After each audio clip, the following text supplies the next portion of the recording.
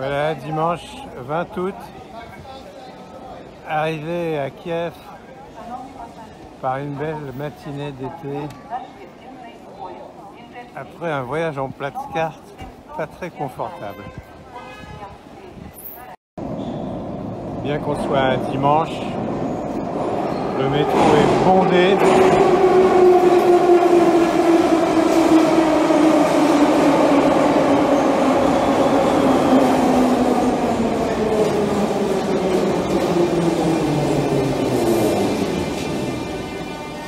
D'après ce que m'a dit une petite dame dans le train, il y a autant de monde à Kiev maintenant qu'avant le 24 février 2022. La ville est bien protégée par la défense anti-aérienne et tout ce qu'on risque, c'est de se recevoir des débris de missiles sur la tronche. Donc toujours ce 20 août, à mon arrivée à Kiev, on ressent ici beaucoup plus l'atmosphère de la guerre, dans les discours des gens, dans les flics en armes et les militaires qu'on rencontre. Là, je suis devant le monument aux héros de Mariupol. Donc vous voyez là une sculpture très expressionniste encore, qui est devant une grande toile. Vash podvig ratuje Ukrainu, c'est votre courage défend l'Ukraine, donc avec Mariupol au centre de l'affiche. Je viens devant cette sculpture de discuter avec une soldate ukrainienne qui rentrait aujourd'hui même d'Advievka, qui est une position très disputée entre Ukrainiens et Russes dans le Donbass, du côté de Donetsk. Et elle me disait qu'ils avaient un mal énorme avec les mines et qu'ils attendaient beaucoup de notre part, de l'Ouest, du matériel pour déminer.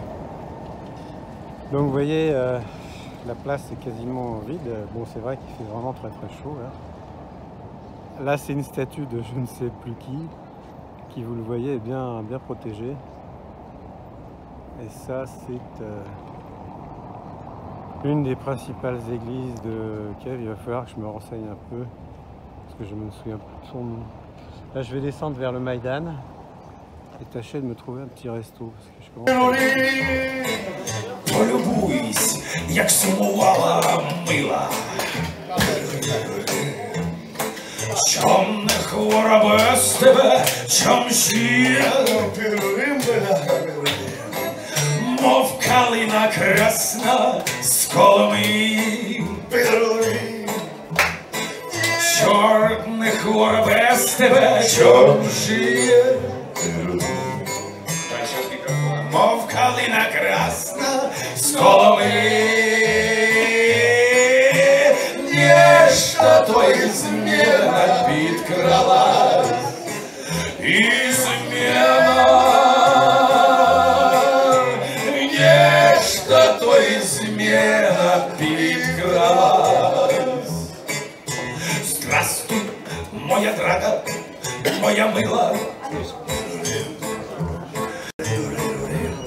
Москалі брехали, я не вірив. Придуші всі стьохни мовчки вшили. Москалі брехали, я не вірив. Придуші всі стьохни мовчки вшили. Жандарм гришиє без молодиці. Гриць, мов на конику крутиться. Були ваші ночі лєпим святом. Мила, я прийшов, я з кулеметом. Були ваші ночі лєпим святом. Мила, я прийшов, я з кулеметом. нежно до измена підкралась, измена, нежно до измена підкралась. Як я маю життя, то все сталося. Виврем Крим Київ, на хрест моє серце їм не вив. Спину мою виврем Крим Київ, на хрест моє серце їм не вив. Гриць Вітьохи вже його не стало, їхнє кіно й ласу не мало. Очі нас хто слухав, ти читав.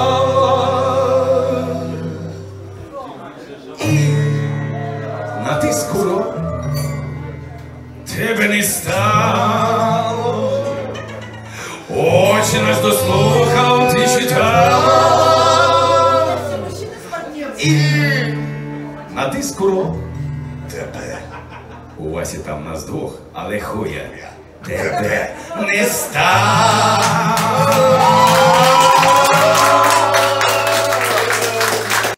Aujourd'hui, lundi 21 août, a lieu à la salle des expositions de la Laure de Kiev une exposition sur Mariupol qui est financée par le fonds Rinat Akhmetov.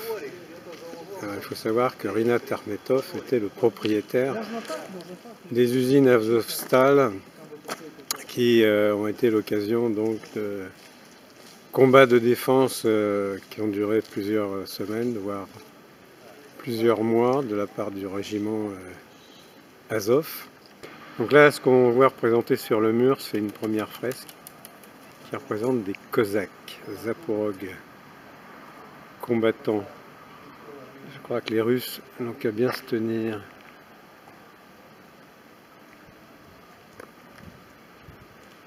Donc voilà l'entrée de l'exposition qui va avoir lieu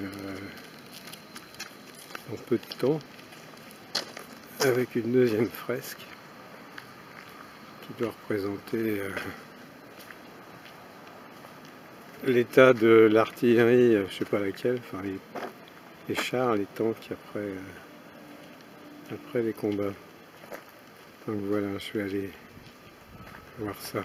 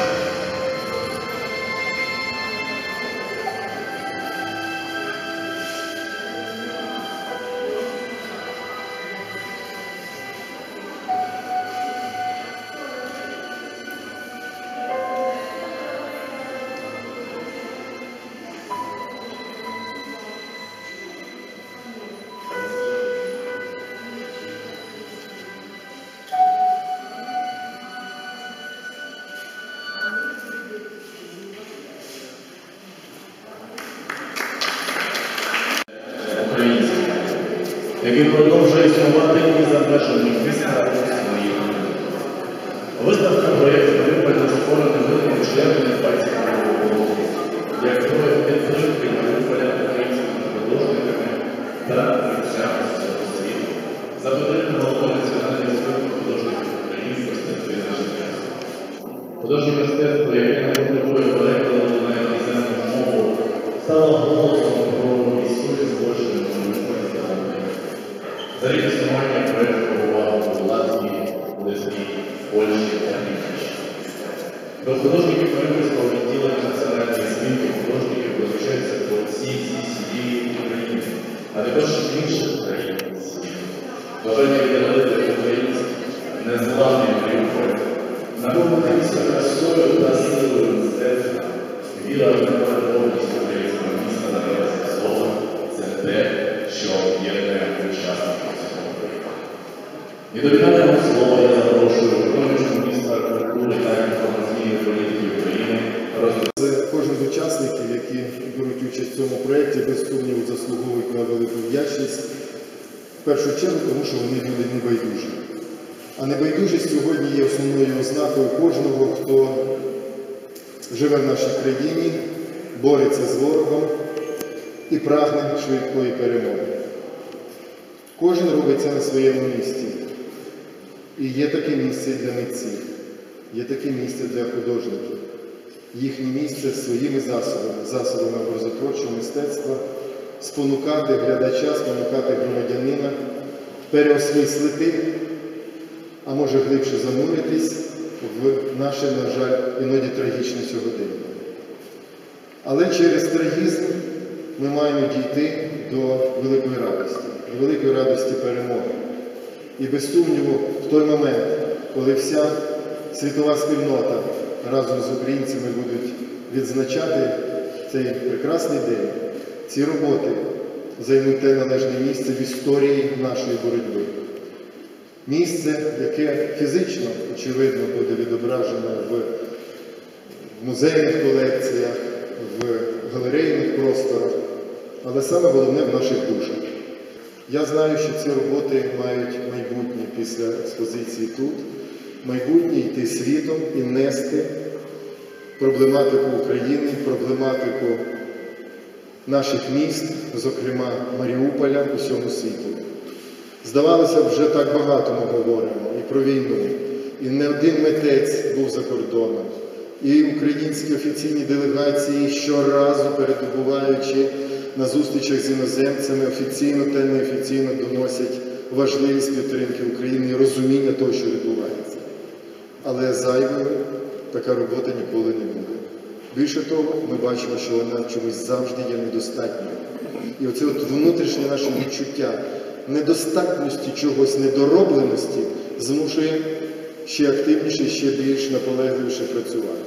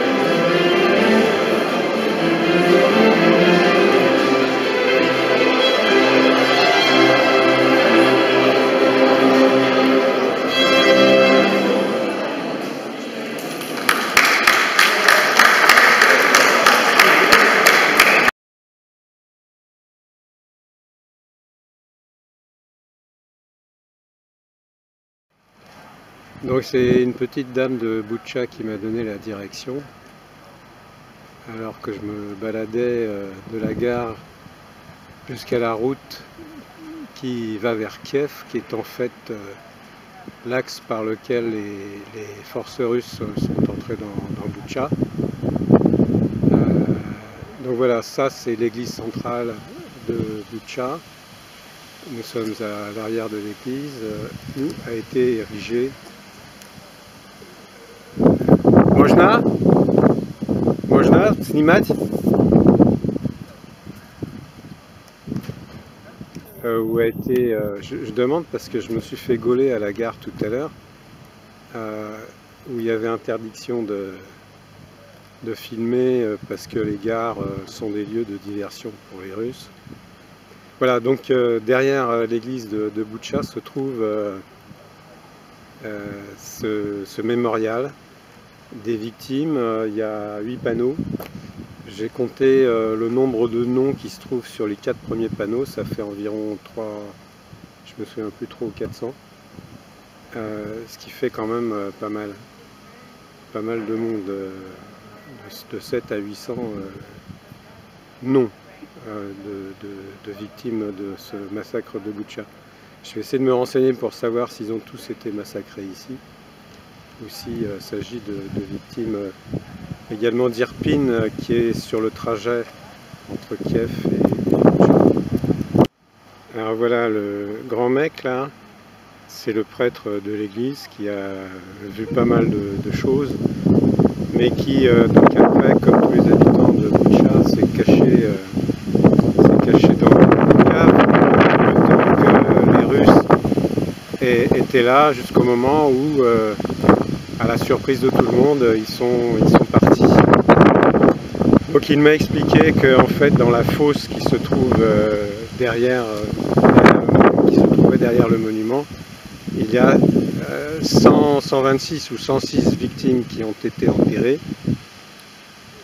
Et le reste de ce que j'ai compté, 400, 500, enfin, jusqu'à 700 ou 800 même, noms qui sont sur le monument qui se trouve dans le fond de la cour de l'église, ce sont les noms de tous ceux qui ont été tués donc à Boutcha, dans la région de Boutcha et en général sur le territoire environnant Kiev. Donc c'est plus d'1 millier de victimes. Alors me voilà sur la fameuse rue Yablonska, qui a fait l'objet de vidéos montrant la rue donc avec des cadavres gisants que les Russes, d'après ce que disait le prêtre tout à l'heure, auraient interdit de ramasser pour les enterrer, et qui sont restés là plusieurs jours. Apparemment, bon, il y a de la reconstruction ou de la construction. Là, vous voyez par exemple un petit lotissement qui est à vendre, Prodaj. Vraisemblablement des destructions. Je vais progresser dans la rue pour voir ce qui se passe. C'est en fait une route, je ne sais pas si elle est parallèle à la route principale où je me trouvais tout à l'heure avant de trouver le monument aux victimes derrière l'église centrale de Boutcha. Mais c'est une rue très passante, c'est une route pardon très passante. J'ai vu passer des petits bus qui font le trajet Boutcha-Kiev. Je vais peut-être en prendre un pour rentrer tout à l'heure d'ailleurs. Donc voilà, c'était vraisemblablement un axe de pénétration des forces russes. Alors quelles forces russes? C'était après l'échec de l'opération commando sur l'aéroport de Gostomel qui se trouve à 3 km de Boutcha en fait. Alors est-ce que c'est pour se venger que les forces russes ont exécuté des civils? En tout cas la fonction c'était nettement d'exercer une terreur pour empêcher toute résistance. Voilà. Donc apparemment le massacre d'une douzaine d'hommes de Boutcha qui ont été enfermés et extraits pour être fusillés là-bas en face. Ça s'est passé donc ici. Voilà. Il y a la vidéo qui a réussi à faire un témoin.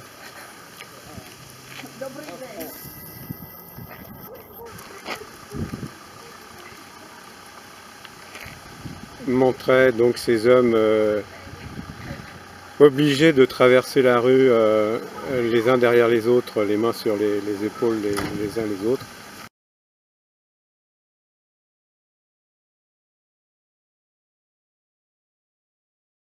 Ça s'est passé ici et ils ont été fusillés là-bas.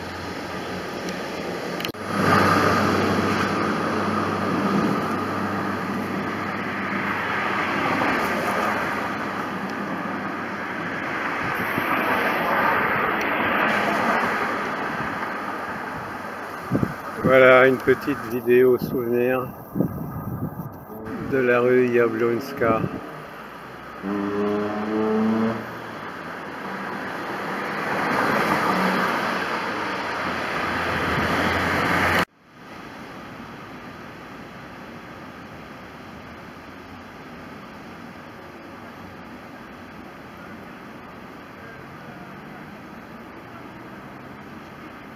Mercredi 23 août, je suis au bord de la fosse de Babillard,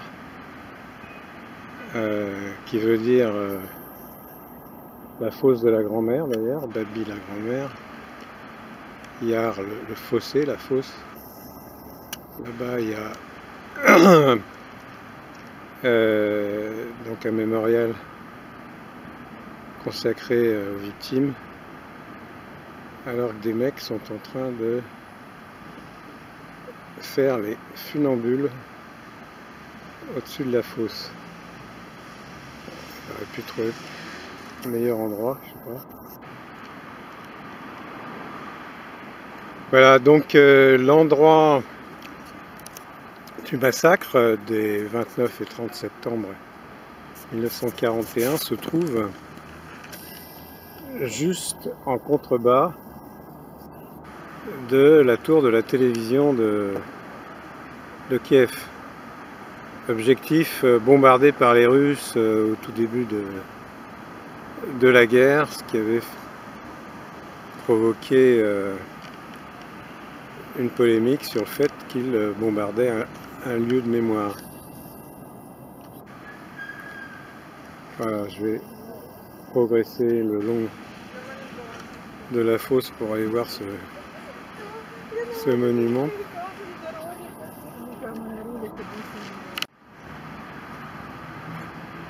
Voilà, nous y sommes.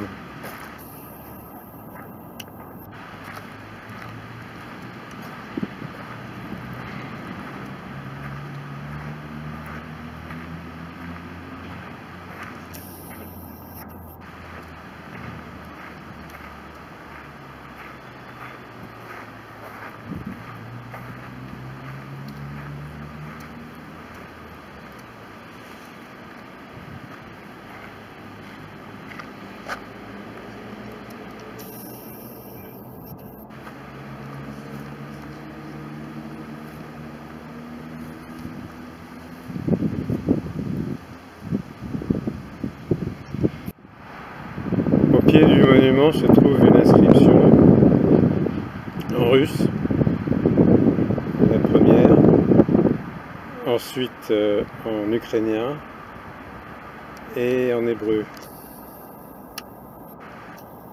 Donc cette inscription dit que ici, de 1941 à 1943,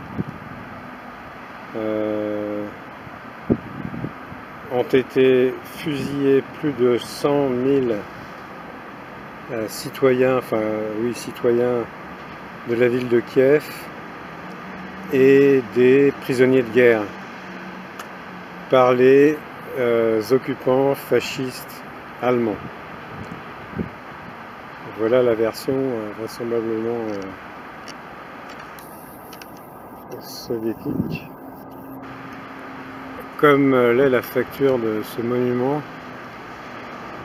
qui héroïse la mort des victimes. À ce sujet, je recommande à tous ceux qui verront cette vidéo de lire le livre de Jonathan Little, Les Bienveillantes, qui fait une description du point de vue d'un officier SS des massacres du ravin de Babi Yar. Alors j'avais vu un film ukrainien au festival du film ukrainien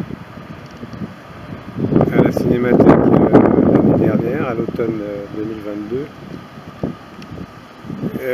Donc le réalisateur disait que sur l'endroit des ravins avaient été construits des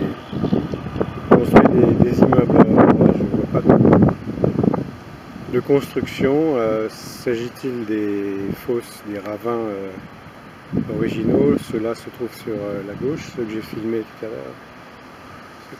que j'ai filmé tout à l'heure se trouve sur la droite du monument. Voilà, il y a un petit chemin qui fait le tour.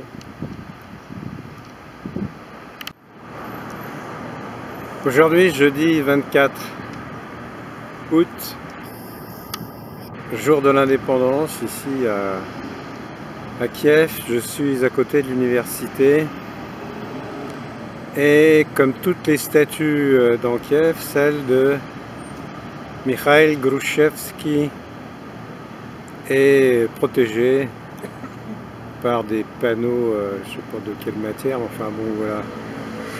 Toutes les statues sont aveuglées par une protection. Alors Mikhail Grushevsky était un historien qui a écrit une histoire de la Russie d'ailleurs assez intéressante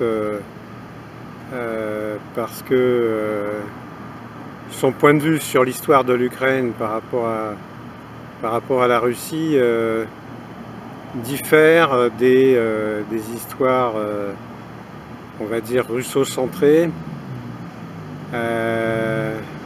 Il a également été l'un des dirigeants du gouvernement de l'Ukraine indépendante à la fin de la Première Guerre mondiale. C'était un personnage important. Donc voilà, tout ça, ce sont les bâtiments universitaires.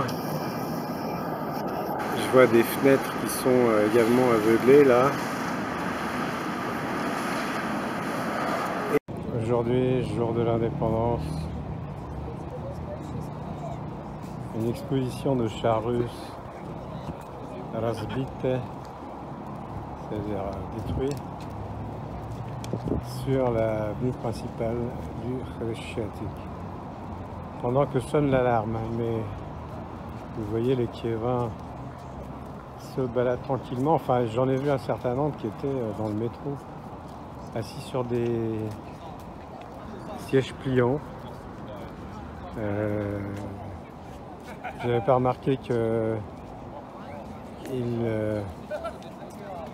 avaient ça avec eux en permanence en cas d'alarme pour pouvoir patienter.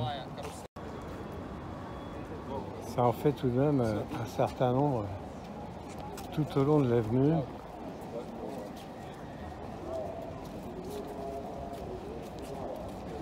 C'est un peu silencieux.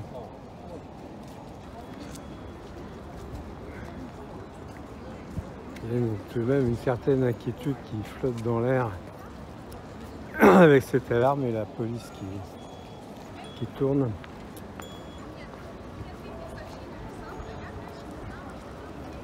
En invitant tout le monde à se disperser et à gagner les abris.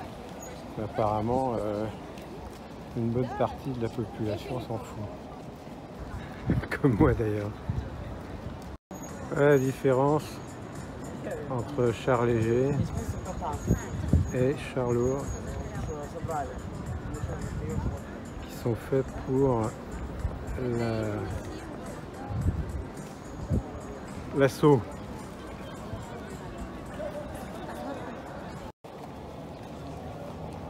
Fin de l'alarme. On peut donc s'approcher des tanks. Je ne sais pas pourquoi c'était interdit tout à l'heure d'ailleurs.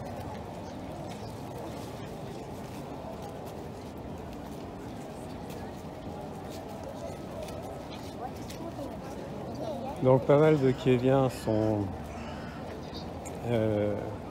ont revêtu la Vychevanka, la chemise ukrainienne traditionnelle, le jour de l'indépendance.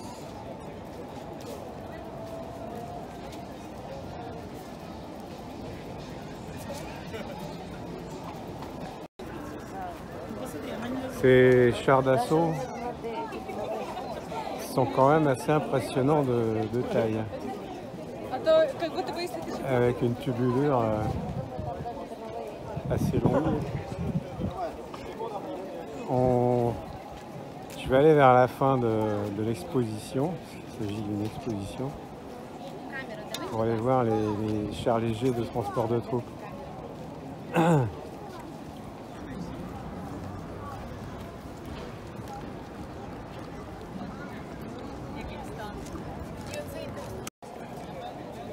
Voilà les chars de transport de troupes, BMT en russe.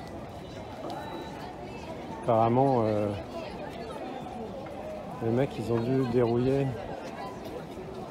sans jeu de mots, avec l'état actuel de ce matériel.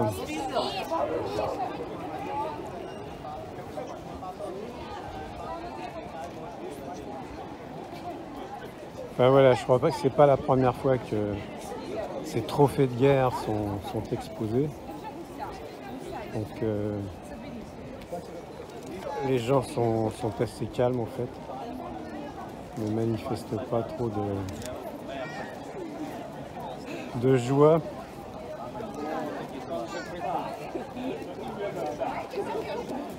En général, à part ces quelques alertes, la situation est plutôt calme et les gens vivent à peu près normalement, si ce n'est qu'on sent une certaine tension tout de même, y compris dans la joie de vivre assez démonstrative des Kieviens. Ce qui est assez remarquable dans cette journée de fête de l'indépendance de l'Ukraine, dans le contexte de la guerre menée par la Russie, c'est qu'il n'y a pas de manifestation de nationalisme, comment dire, même pas outrancière, mais c'est vraiment des gens très calmes, qui portent les couleurs de leur pays avec une certaine tranquillité, on va dire. Ils ont l'air heureux sur d'eux. C'est assez remarquable.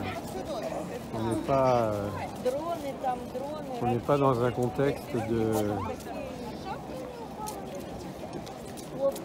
de manifestations nationalistes exacerbées. Pas du tout.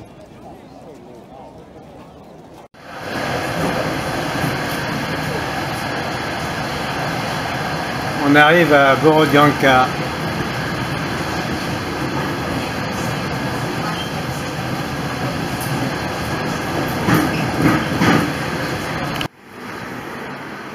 Vendredi 25 août, je suis à Borodianka.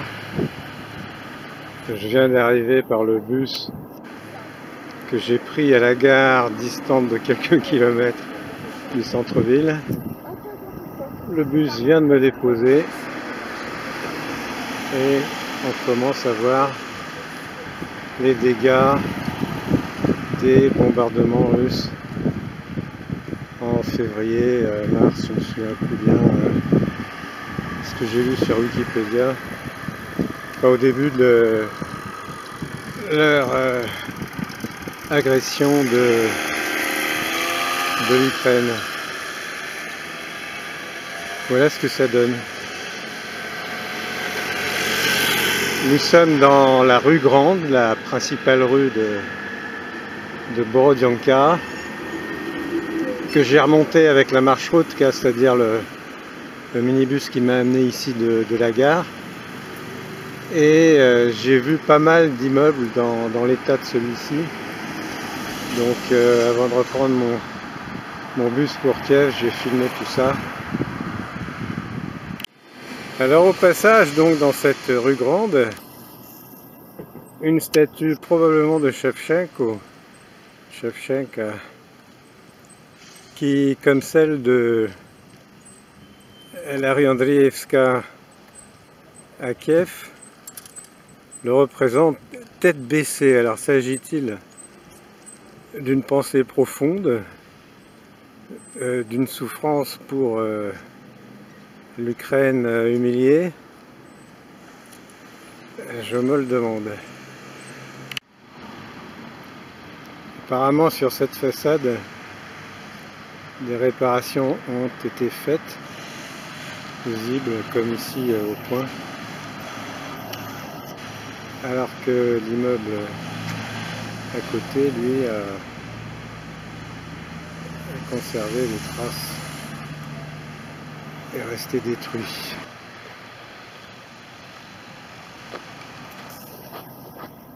Je continue à progresser, vous voyez le trou au milieu de cet immeuble.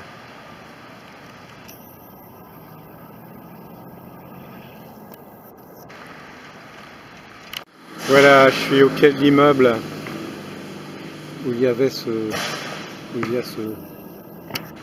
trou. Immeuble qui est en cours de rénovation en fait.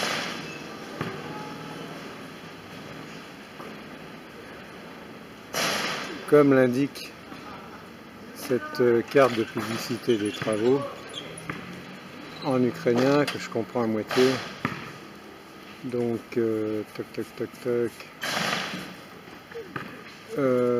reconstruction du bâtiment d'habitation numéro 2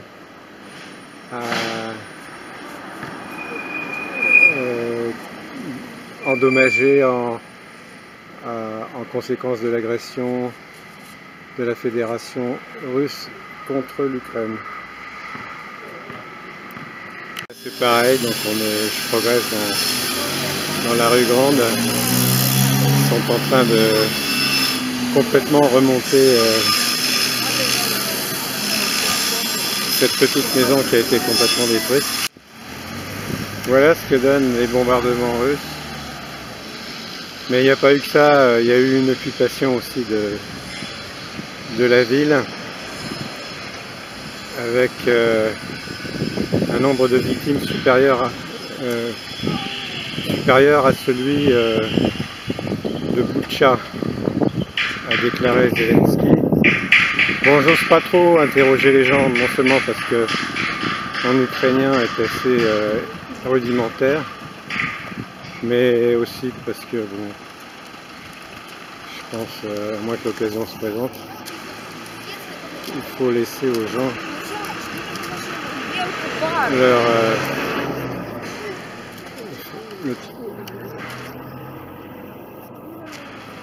leur droit au deuil.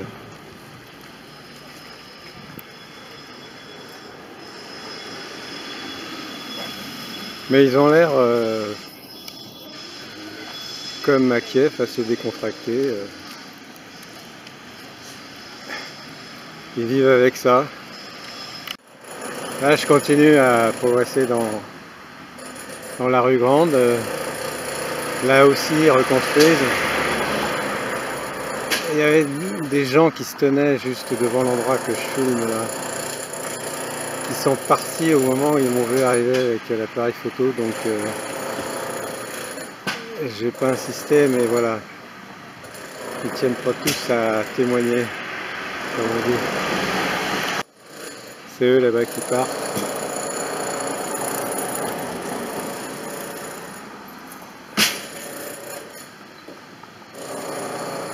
Voilà, cette partie de l'immeuble a probablement déjà été rénovée. Voilà, nous sommes au bout de la rue là. Et c'est probablement l'immeuble qui a été le plus endommagé. Je vais traverser pour aller derrière. Voilà ce que ça donne de plus près.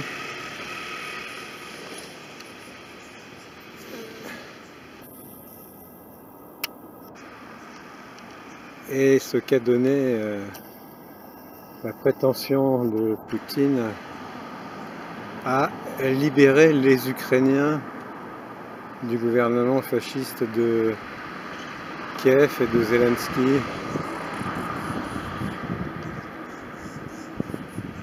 C'est une façon de libérer les gens qui est plutôt curieuse. Donc vous pouvez constater, on a remonté une rue où il n'y a aucun objectif industriel, militaire ou quoi que ce soit. Toute la rue sur près d'1 kilomètre que je viens de parcourir a été détruite. Les immeubles d'habitation ont été détruits les uns après les autres.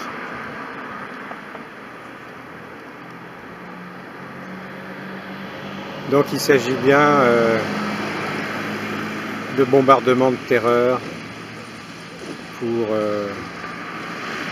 occuper ce pays, ce qu'ils n'ont pas réussi à faire et ce qu'ils ne réussiront sans doute pas à faire quand on voit comment sont les Ukrainiens. Voilà, je suis passé derrière.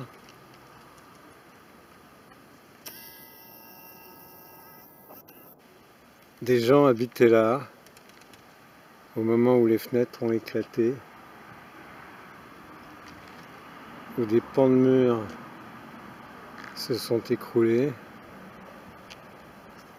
où le feu a pris dans les appartements et où certains d'entre eux ont été explosés. Des gens vivaient là. Et juste encore, il y a 2 gamins dans l'arbre là. J'ai envie de les interroger. Là, il y a des bagnoles aussi.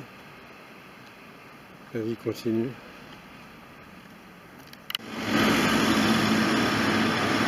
Donc devant l'immeuble que j'ai filmé tout à l'heure, avec les ouvriers en train de faire les travaux de rénovation, il y a la même affiche qui explique les raisons de la destruction et l'entreprise de reconstruction. Voilà, je viens de discuter avec une dame qui se tenait là en regardant la reconstruction de l'immeuble et les mains croisées. Et je lui ai demandé si elle vivait là. Elle m'a répondu que oui. Et je lui ai demandé donc quand est-ce que ça s'était passé. Ça s'est passé fin février, début mars. Je lui ai demandé si elle était dans sa maison au moment où ça a été bombardé. Elle m'a dit que non, elle était chez sa fille à la campagne. Alors là, la campagne n'est pas loin, d'ailleurs j'en viens. Je me suis arrêté tout à l'heure à la gare ferroviaire de Borodianka qui est en pleine campagne. Enfin en pleine campagne, c'est-à-dire que c'est une zone où il y a des maisons entourées de grands jardins, donc on a vraiment l'impression d'être à la campagne. Là, je vais me prendre une caillasse sur la gueule, le mec il s'excite. Et donc elle m'a dit qu'elle était à la campagne chez sa fille. J'ai demandé si elle savait que les Russes allaient bombarder. Elle m'a dit que oui, et que c'était la raison pour laquelle elle était partie chez sa fille. À ce moment-là, une voiture est arrivée, c'était son mari qui l'emmenait faire des courses. Alors je lui ai quand même demandé si ça avait été bombardé de terre ou de l'air. Elle m'a dit les deux. les tanks, en fait, les tanks russes, les chars russes ont remonté la rue. Et son mari m'a dit, en fait, les bombardements ont été en majorité aériens. Les Russes ont systématiquement bombardé la rue. Alors, comme je le disais tout à l'heure, il n'y a aucun objectif militaire. C'est vraiment un bombardement de terreur qui a eu lieu dans cette ville. Après, il y a eu une occupation qui s'est également soldée par de nombreuses victimes.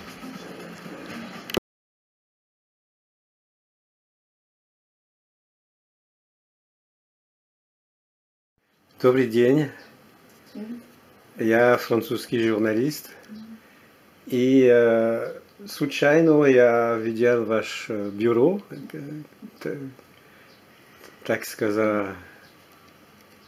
так можно сказать. Вы сказали, что вы помогите людям, вы психолог, да? Да. Люди страдали. Думаю, что я говорю Я розумію вас. глупость. Ні, я розумію, що ви хочете спитати. Мне удивительно было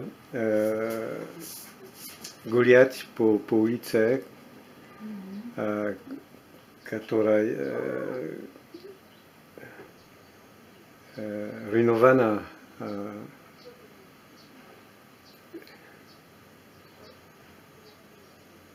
И мне было удивительно, что люди могут гулять нормально.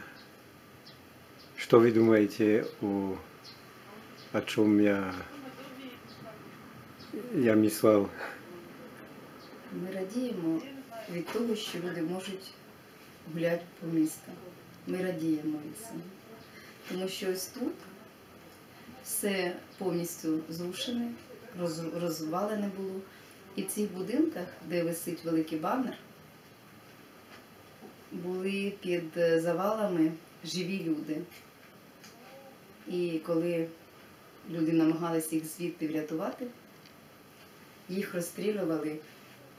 Так залишились живі люди, які померли через деякий час в підвалі. І мертві люди, які лежали наверху, які хотіли їх врятувати.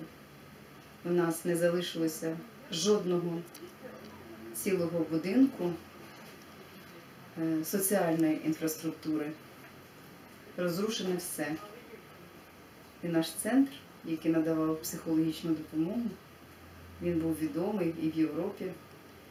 Його знищили в перші ж години, коли прийшли сюди росіяни. Вони знали, що там наші люди, які обороняють Бородянку. Вони прямими танковими пострілами зрушили просто з лиця землі стерли це приміщення. Зараз люди тут, і ми радіємо, що вони можуть сміятися. Багато людей не може до сьогодні сміятися. Ми радіємо, що діти бігають. Ми радіємо, що діти роблять якусь шкоду, як діти, знаєте. Це ті емоції, які не повернулися ще сьогодні до людей. Це Бородянка. Фотографію там йому прямо в лоб. То дыра в голове, да? Да, русский самолет, да. Alors, j'ai rencontré une dame qui s'occupe de l'aide psychologique aux habitants de Borodianka, qui me dit qu'un avion a fait du Razmot spécialement pour bombarder, pour tirer sur la statue de Shevchenko.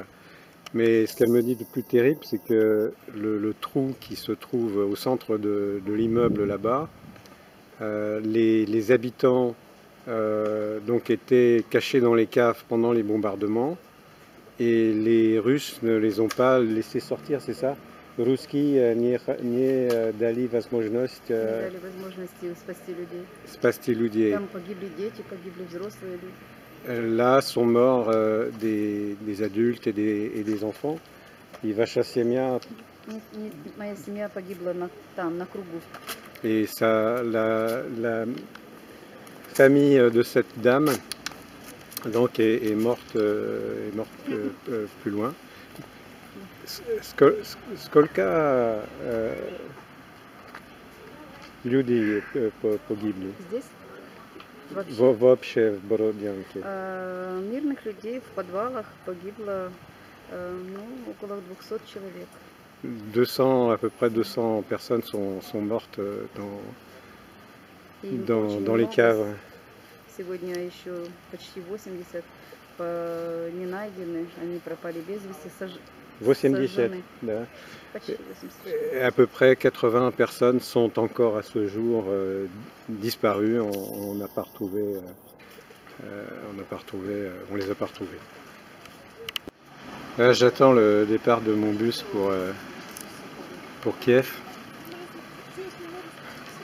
J'ai continué à discuter avec la dame qui est donc dans un centre d'aide psychologique pour les habitants de Borodianka. Elle m'a expliqué qu'en fait il y avait eu des combats très très durs ici entre les Russes et en fait la résistance locale. Il va falloir que je revienne pour l'interviewer plus en détail parce que c'était très intéressant. Les Russes sont restés donc 30 jours ici. Ils ont mené véritablement une politique de terreur contre les habitants, mais les habitants étaient déterminés à se défendre et étaient armés pour cela. Donc ça a été des moments très difficiles. Elle m'a expliqué également que pendant les 30 jours d'occupation, la vie était très très dure, ils n'avaient rien à manger, mais ils s'en sont tirés grâce à la solidarité locale. Ils partageaient le pain et cette solidarité continue. Ils font beaucoup pour aider les soldats au front et pour aider les familles dans la nécessité. Voilà, c'est cette solidarité donc de la population ukrainienne qui joue un rôle important dans la résistance qui est apportée à l'agression russe.